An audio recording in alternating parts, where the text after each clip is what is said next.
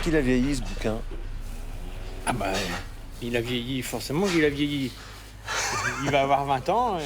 On a tous pris 20 ans dans la vue. Et ce qu'il y a, c'est qu'il est toujours lu. Si c'était à refaire, vous repartiriez? Ah oui, oui. Ah oui. Oui, oui. Bon, c'est Aucun regret. Ils font pas pitié. bien. Non, pas du tout. Ils sont même assez sympas, d'ailleurs. En plus, On est des paysans heureux. Ouais, ça se voit. Ouais. Ça se voit.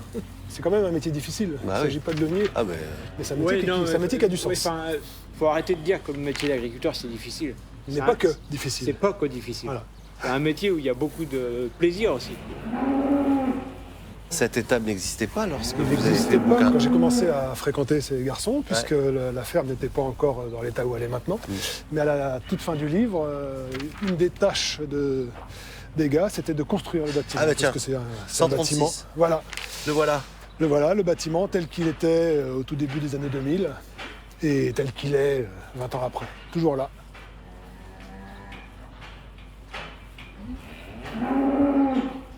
Ce sont des Montbéliardes.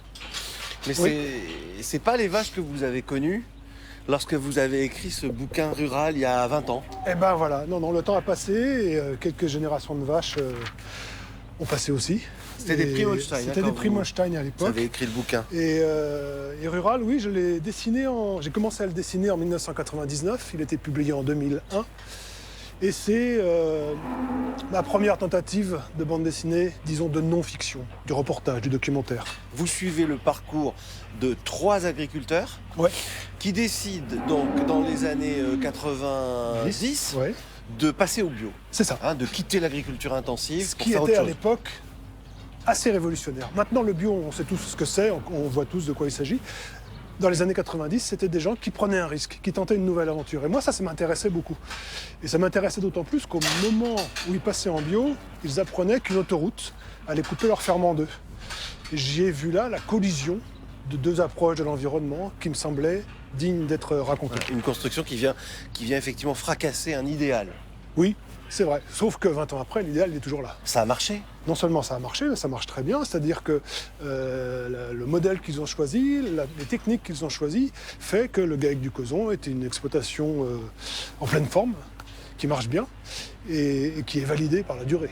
Alors, c'est aussi un tournant dans votre travail, parce qu'effectivement, on passe à quelque chose qui ressemble plus à de la bande dessinée d'actualité ou de reportage. Oui. Donc vous quittez, vous quittez la fiction. Ah, je ne vais pas la quitter complètement parce que j'aime bien aussi y revenir de temps en temps. Des livres que j'ai fait plus tard, comme Lulu Famnus, sont de la fiction. Mais j'aime bien en tout cas alterner les deux. Et c'est vrai que Rural, c'est ma première tentative. Donc à ce titre-là, pour moi, c'est un livre important. Sans Rural, il n'y aurait pas eu les mauvais gens, il n'y aurait pas eu les ignorants, sans doute.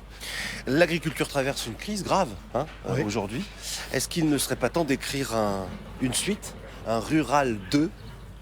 Il serait sûrement temps d'écrire un Rural 2, mais il se trouve que les sujets sont nombreux, que ma curiosité est grande et que la vie est courte, et que j'ai envie de passer à d'autres sujets. Mais c'est vrai que c'est incontestable.